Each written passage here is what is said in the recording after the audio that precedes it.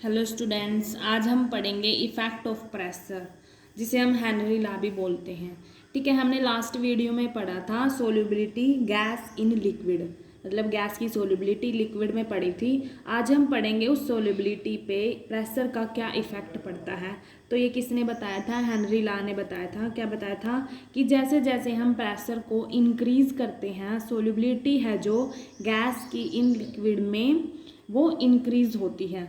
जैसे हम प्रेशर को इंक्रीज़ करते हैं, सोल्युबिलिटी भी इंक्रीज़ होती है। देखो, जैसे हमने ये दो कंटेनर्स ले लिए, ठीक है, ये कंटेनर ले लिए, ये क्या है? सॉल्यूशन फेस है, ये क्या है? Gaseous face. ठीक है, ये दिखा रखिए, ये गैसियस फेस है।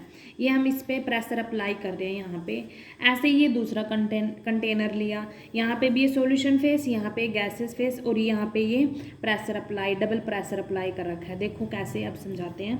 देखो, यहाँ पे हमने कम प्रेशर अप्लाई किया, यहाँ पे प्रेशर कम अप्लाई किया तो सोल्युबिलिटी कम हुई। यहाँ पे हमने डबल प्रेशर अप्लाई किया तो सोल्युबिलिटी ज़्यादा। देखो कैसे, जैसे ही हम क्या करेंगे, गैस को कंप्रेस करेंगे, ये वाला गैस फेस है, हम इसको कंप्रेस करेंगे, ये क्या करेंगे, गैस के मॉलिक्यूल सॉल्यूशन में एंटर करना स्टार्ट कर देंगे। ठीक है, तो यहाँ पे तो हमने प्रेशर कम अप्लाई कर रखा है, मतलब हम गैस को कम कंप्रेस कर रहे हैं। ठीक है, तो यहाँ पे जो सोल्युबिलिटी है वो कम है और यहाँ पे ज़्यादा है, क्योंकि हम यहाँ पे जो गैस फेसेस हैं उसको ज़्यादा कंप्रेस कर रहे हैं by pressure, bye double pressure. ठीक है, तो इसीलिए जो गैसेस के मॉलिक्यूल्स हैं वो ज़्यादा एंटर कर रहे हैं सॉल्यूशन फेज में, सोल्युबिलिटी यहाँ पे ज़्यादा है इस केस में और इस केस में कम है। देखो, जब हम कंप्रेस कर रहे हैं, प्रेशर अप्लाई कर रहे हैं, इस पर यूनिट वॉल्यूम में कितने नंबर ऑफ गैस के पार्टिकल है? कम है ना, ऐसे एक दो होंगे। ठीक है, यहाँ पे देखो, इस इतने ही पर यूनिट वॉल्यूम में, सेम पर यूनिट वॉल्यूम में यहाँ पे गैसेस पार्टिकल्स बहुत ज़्यादा है। इसका मतलब क्या है, जो गैसेस पार्टिकल्स हैं, जैसे जैसे हम प्रेशर डबल कर रहे हैं, प्रेशर ज़्यादा इंक्रीज कर रहे हैं, तो क्या कर रहे हैं, गैसेस पार्टिकल्स हैं वो एंटर करना स्टार्ट कर रहे हैं। तो यही लिखा है इन्होंने, जैसे कि हम प्रेशर को इंक्रीज करते हैं तो सोल्युबिलिटी है जो गैस की इन लिक्विड में इंक्रीज हो जाती है। देखो, when we compress the gas over the liquid, जब हम गैस को कंप्रेस करते हैं लिक्विड पे तो वी इंक्रीज द प्रेशर। क्या कर रहे हैं हम? प्रेशर को इंक्रीज कर रहे हैं, सोल्युबिलिटी विल इंक्रीज। ठीक है, for the solution of gas in liquid consider a system, ये सिस्टम कंसीडर कर लिए। जो लोअर पार्ट है इज द सॉल्यूशन, जो ये लोअर पार्ट है ये बता रहे हैं सॉल्यूशन फेस है, अपर पार्ट क्या है, gaseous face, at pressure P and temperature T। Suppose करा सिस्टम इज अ डायनेमिक, मतलब डायनेमिक इक्विलिब्रियम में है सिस्टम की रेट ऑफ गैसेस पार्टिकल्स जितने एंटर कर रहे हैं, जो ये गैसेस के पार्टिकल्स हैं, ये गैसेस के पार्टिकल जितने एंटर कर रहे हैं सॉल्यूशन में उतने लीव भी कर रहे हैं, leaving the solution is the same, मतलब इक्विलिब्रियम प्रोसेस है ये। ठीक है, जितने एंटर कर रहे हैं उतने लीव कर रहे हैं, which means rate of dissolution equal to rate of evaporation, मतलब जितने एंटर कर रहे हैं वो उतने ही इवेपरेट भी हो रहे हैं, वापस बैक जा रहे हैं। Now increase the pressure over the system, जब हम प्रेशर को इंक्रीज कर रहे हैं तो गैस गेट्स कंप्रेस्ड, कंप्रेस हो रही है गैस टू स्मॉलर वॉल्यूम। देखो यहाँ पे हमने प्रेशर अप्लाई किया तो इसका वॉल्यूम इतना है गैस का। ठीक है, जब हमने डबल प्रेशर अप्लाई किया तो इसका वॉल्यूम है जो गैस फेस का वॉल्यूम है वो कम हो गया। ठीक है, जो पर यूनिट वॉल्यूम में जो गैसेस पार्टिकल्स हैं वो ज़्यादा आ गए और यहाँ पे कम थे। ठीक है, यही लिखा है इन्होंने। So number of gases particles per unit volume increase, hence number of gases particle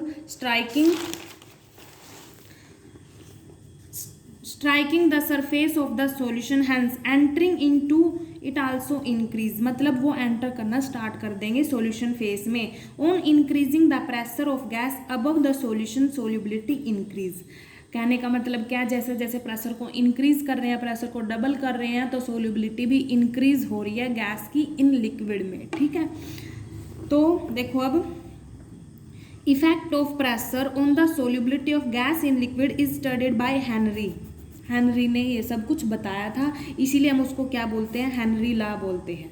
ठीक है, ये एग्जाम में हेनरी लॉ से भी आ सकता है, तो आपको ये याद करना है। देखो अब मैथमेटिकली अगर इसको देखें तो क्या होता है, मास है जो गैस का dissolve in a given volume of the liquid at constant temperature is directly proportional किसके, प्रेशर के। मास है जो गैस का वो डायरेक्टली प्रोपोर्शनल किसके हैं, pressure of the gas present in equilibrium with the liquid. अगर गैस का मास ज़्यादा होगा तो प्रेशर भी तो ज़्यादा अप्लाई करना पड़ेगा, तो वही बात लिखी है कि mass is proportional to pressure. तो प्रोपोर्शनैलिटी का जो ये साइन है इसको हटा के हमने क्या डिनोट कर दिया, यहाँ पे के लेट कर लिया। ठीक है, ये प्रोपोर्शनैलिटी कांस्टेंट आ गया। एम क्या है यहाँ पे, mass of the gas, P क्या है, प्रेशर ऑफ द गैस, के कांस्टेंट ऑफ प्रोपोर्शनैलिटी। तो हेनरी लॉ क्या बताता है, इस डेफिनेशन के अकॉर्डिंग, इस इक्वेशन के अकॉर्डिंग क्या बताता है, सोल्यूबिलिटी है जो गैस की in liquid at a particular temperature is directly proportional to pressure of the gas in equilibrium with the liquid at that temperature. मतलब जो सोल्यूबिलिटी है वो किस पे डिपेंड करती है, प्रेशर पे, कि जितना ज़्यादा प्रेशर अप्लाई करेंगे उतनी ही ज़्यादा सोल्यूबिलिटी होगी। ये किसने बताया था, हेनरी लॉ ने। ठीक है, इसकी हेनरी लॉ की डेफिनेशन थी। अगर हम बात करें अब मोल फ्रैक्शन की टर्म में, इस इक्वेशन को जो ये हमने पढ़ा है इसको अगर हम मोल फ्रैक्शन की टर्म में लेके चले तो क्या आता है, मोल फ्रैक्शन को हमने डिनोट कर दिया एक्स ए से, वो किसके इक्वल आएगा, यहाँ पे जो कांस्टेंट प्रोपोर्शनैलिटी है उसको के डैश से डिनोट कर दिया मोल फ्रैक्शन की टर्म में, और प्रेशर है जो एज इट इज। ठीक है, where x is mole fraction of gas in the solution, P A क्या है, पार्शियल प्रेशर है गैस का above the solution, K dash क्या है, प्रोपोर्शनैलिटी कांस्टेंट है।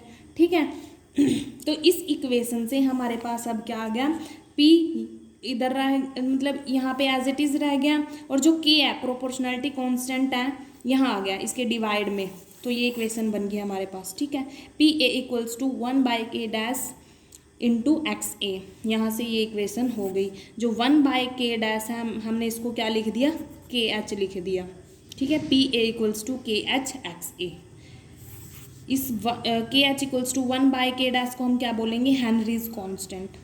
हेनरी लॉ के नेम पे इसको दे दिया हेनरीज कांस्टेंट। ठीक है, अब देखो इस इक्वेशन से हमारे पास एक ग्राफ प्लॉट करते हैं हम। देखो पार्शियल प्रेशर है जो गैस का, ये पार्शियल प्रेशर है गैस का in vapour phase P is directly proportional to mole fraction of the gas in the solution. मतलब जो पार्शियल प्रेशर है PA is directly proportional to mole fraction. ठीक है, यही लिखा हुआ है कि जैसे जैसे मतलब जितने ज़्यादा मोल फ्रैक्शन का मतलब क्या है, मोल्स, जितने ज़्यादा नंबर ऑफ मोल्स होंगे गैसेस में उतना ही ज़्यादा हमें प्रेशर अप्लाई करना पड़ेगा। देखो जैसे जैसे मोल फ्रैक्शन इंक्रीज हो रहा है प्रेशर भी इंक्रीज हो रहा है। देखो जैसे प्रेशर इंक्रीज हो रहा है मोल फ्रैक्शन इंक्रीज। देखो यहाँ पे अगर ये मास मोल फ्रैक्शन इतना है प्रेशर भी इतना है, ये देखो।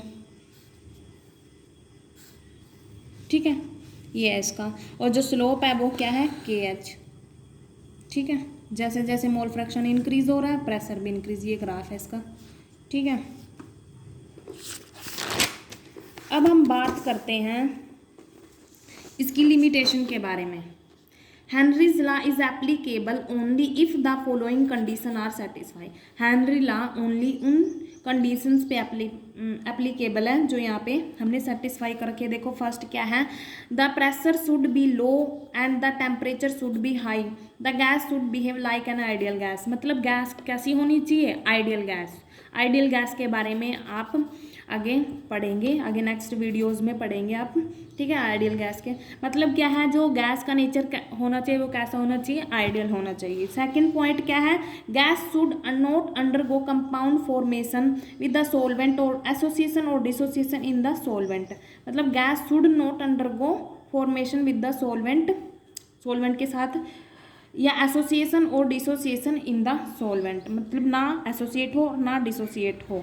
देखो ला इज नॉट एप्लीकेबल, जैसे एग्जांपल है, law is not applicable in case of dissolution of ammonia in water. मतलब इसके लिए एप्लीकेबल नहीं है जब अमोनिया का डिसोल्यूशन वाटर में होता है। क्यों, क्योंकि it undergoes compound formation followed by dissociation. तो अमोनिया गैस है प्लस वाटर में डिसोल्व कर रही है तो क्या बना रही है, अमोनियम हाइड्रोक्साइड। इनका क्या हो रहा है, डिसोसिएशन हो रहा है। आगे डिसोसिएशन ऐसे हो जाता है NH4 negative OH sorry NH4 positive OH negative, ऐसे हो जाता है इनका डिसोसिएशन फर्दर। देखो ये हो रखा है NH4 OH एक्वस, तो क्या बना रहा है NH4 positive aqueous plus OH negative, इनका फर्दर डिसोसिएट हो जाता है, इसीलिए ला इसमें एप्लीकेबल नहीं है। ठीक है।